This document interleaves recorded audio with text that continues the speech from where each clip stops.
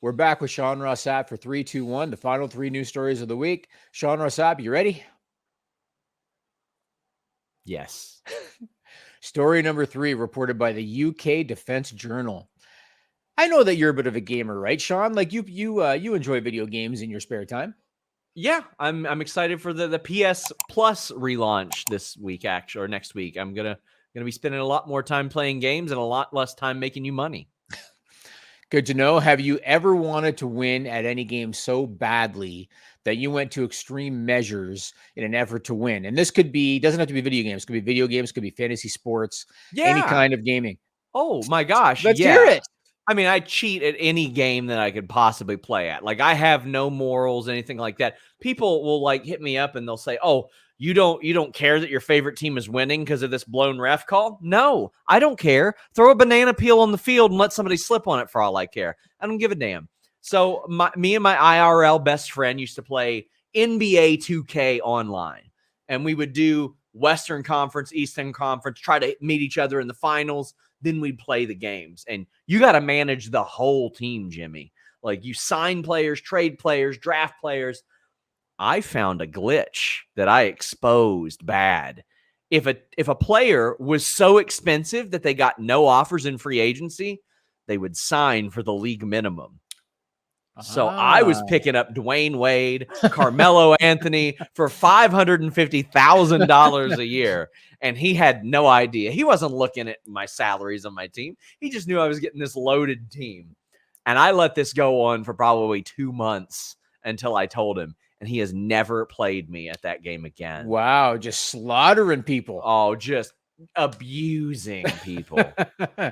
Fascinating. Well, there's a free-to-play online military game. It's called War Thunder, and it's based around battles on air, land, and sea with military vehicles.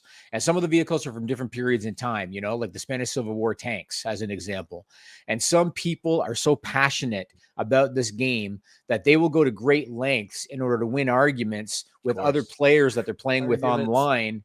And they'll have arguments about the accuracy of the weapons and the accuracy of the vehicles that are being depicted in the game. They're really passionate about this stuff. One of these great length stories went viral. What did the player do, Ross Sapp? Oh,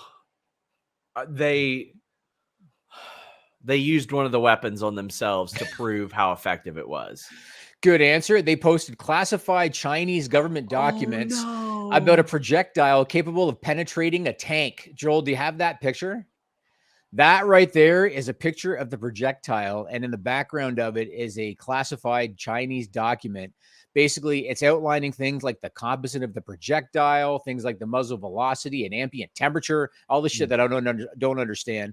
There were other diagrams and documents that they also posted that have since been removed, and they put all that up just to prove that what they were claiming about the projectile and about how you can blow through a tank was accurate. That's why they put all of that up. They wanted to win the argument. Kind of like how, when you're losing an argument and then what you do is you just kind of raise your voice and you talk over the other person and you don't let them talk, because then that's how you can pretend you're winning. You know how you do that? So in their case, they just uploaded a bunch of confidential Chinese documents in order to win their argument. Hey, whatever wins, whatever gets you the win. Awesome to know. Has there ever been a case where you were very clearly losing an argument? And I'm not talking about like the Mike Tyson thing where you were wrong and other stuff you were wrong. Has there ever been a case where you were very clearly losing an argument? He says the one thing I was wrong about and other stuff. The one thing. No, there have been others, but has there ever been a case where you were very clearly losing an argument to somebody, but you were going down swinging? Like you were just going to keep going, even though you knew in your head that you were wrong. Has that ever happened? I'm sure, but 100% of the time, if I give it some time and space, I'll just come back and be like, sorry, I was wrong. Oh, you will do that. You will do. That's good to know. Probably only with your wife, not with me. No, with anybody. Really? Yeah. Fascinating to know. I'm glad we got this on tape because I'm gonna need to hold on to this. Tape, Jimmy. Yeah, it's a digital tape. Digital tape. Record. What? You recording this with a handheld, like an old with a Casio. Joel Pearl's got the over the shoulder right there. It's gonna be a Memorex. Yeah, Memorex. Oh my gosh. Let's go to story number 2, reported by the New Indian Express. So you're married, and so this question, it could pertain to your marriage, or maybe it doesn't pertain to your marriage. Have you ever had a relationship of any kind? It could be a romantic relationship, could be a friendship, could be a work relationship, and it ended abruptly due to something happening. So it wasn't one of these situations where it was like a slow Oh, build yeah, yeah, and yeah, yeah. things. Yeah, it was like something specific happened and that made it end. You've been in Oh, that yeah. situation? When I was in college, I found out that the girl that I had dated for a couple of weeks stole one of my friend's phones. Really? Oh, yeah. Oh, yeah, and that. Like, sorry, shit bird, ain't gonna be with me. That How ain't did happening. so his phone was missing? It was a she, but her phone was missing, and Yeah. she was like, "Hey guys, my phone is missing. I don't know where it is." And she thought that like one of us was messing with her.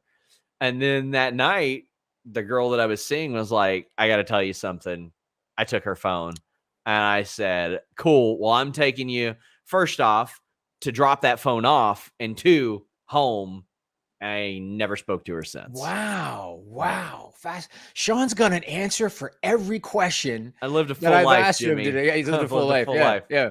So there's a husband in the city of Mysuru in India, and he filed for divorce from his wife. And there was one reason why he filed for divorce from his wife.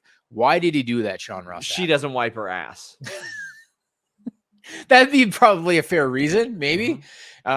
She didn't know how to cook, and so all she would ever make for him is instant noodles. Joel, do you have the picture?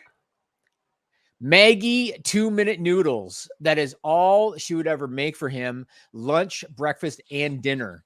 That's all she would ever make. He could consider learning to cook as well. Well, possibly could. He complained that she would go to the store and all she would ever buy was these Maggie noodles. The courts actually referred to this case as the Maggie case. And I guess that she was tired of him too because the divorce was finalized with mutual consent. So maybe, like you're saying, he's pissed because he's just getting instant noodles. She's pissed because she has to do all the cooking. Maybe that's what it was, right? It seemed like irreconcilable differences there. They needed to be apart. She can enjoy her noodles. He can enjoy whatever the hell he wants because now he's cooking for himself. Now he's cooking for himself. What kind of a cook are you? Since I remember the Instagram photo with the microwave lasagna. Yeah, I wish he'd bring that up a time or two. I usually cook on the grill. My wife got super picky about what she eats. She likes to know for sure her stuff is cooked through.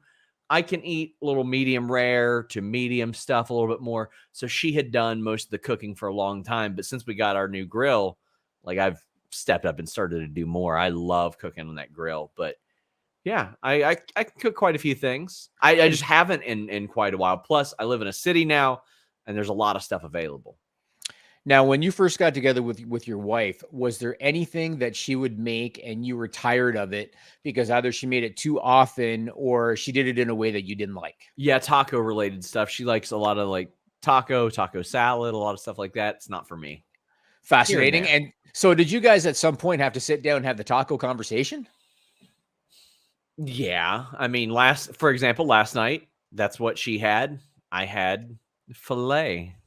So I'm just saying. Oh, look at that! Look at that! The guy's eating filet now. Yeah, What a step up for Sean Ross Sapp. All right, well should here be we eating Wagyu. yeah I'm yeah. Let's just move on and go to story number 1 of the week, reported by the Treasure Coast News. Do you have any good stories? Because every story that I've asked you, you know somebody, so I'm sure you Okay. got an answer. Do you have any good stories of someone being caught for fraud? Like maybe it was in the world of wrestling news, or maybe it was something Yeah, completely different. Somebody I mean, got caught for fraud. yeah, I would say the Abby Arthur cancer scam was a big one where and I mean she had posted, "Oh, I've got cancer yada yada for weeks and weeks and weeks," and I hit up David Bixenspan and I was like, something's not adding up here. Like she had asked us for work and I was like, I quite honestly, I do my due diligence. I like to make sure that people aren't fucking Nazis when I hire them. And I did my due diligence and I was like, something isn't adding up about this because I've had countless friends and family members who have had cancer and went through that stuff. And it just wasn't adding up. And then it was revealed it was all a scam. And she's in prison for it right now. Wow, she's still in prison now. I think she is. I think she still is. She may have just got released. Wow. Well, there's a 36-year-old man out of Fort Pierce, Florida. His name is Zachary Barton, and he faces up to 10 years in federal prison for fraudulently claiming injuries in order to get disability benefits. He was an Army veteran. He claimed that he had PTSD. He said that he couldn't lift more than 10 or 20 pounds. He said that he had to use a cane to walk since 2010. He got more than $245,000 in disability benefits. Sean Ross Sapp, how did he get caught? Probably posting goofy shit on social media. He participated in bodybuilding competitions and posted the photos on social media. Joel, do you got the picture? There he is with his wife. That's her particular social media account, that one, but he also was posting on his own as well. He had a membership at the Palm Beach Sports Club. Records show that he checked in almost daily. Investigators set up surveillance and they caught him moving furniture out of his home with no signs of physical ailment. And so now this dude is going to do some hard time. You hear these stories a lot. And I can't fathom how people don't realize we live in a digital age. There is surveillance everywhere. And yet they keep doing it. And not only do they keep doing it, this guy's begging to be caught posting on social media. Do you think it's just arrogance or is it just plain flat out stupidity? Both. I think it's very, very both. I think it's people think that once they get those benefits, they think that the state won't follow up and make sure. Right. Come on. Especially when it's that much money. Yeah. You know what I mean? Man. All right. Well, that's it for 3, 2, 1. Once again, I want to thank Sean Ross Sapp. This was fun, man. We'll do this again.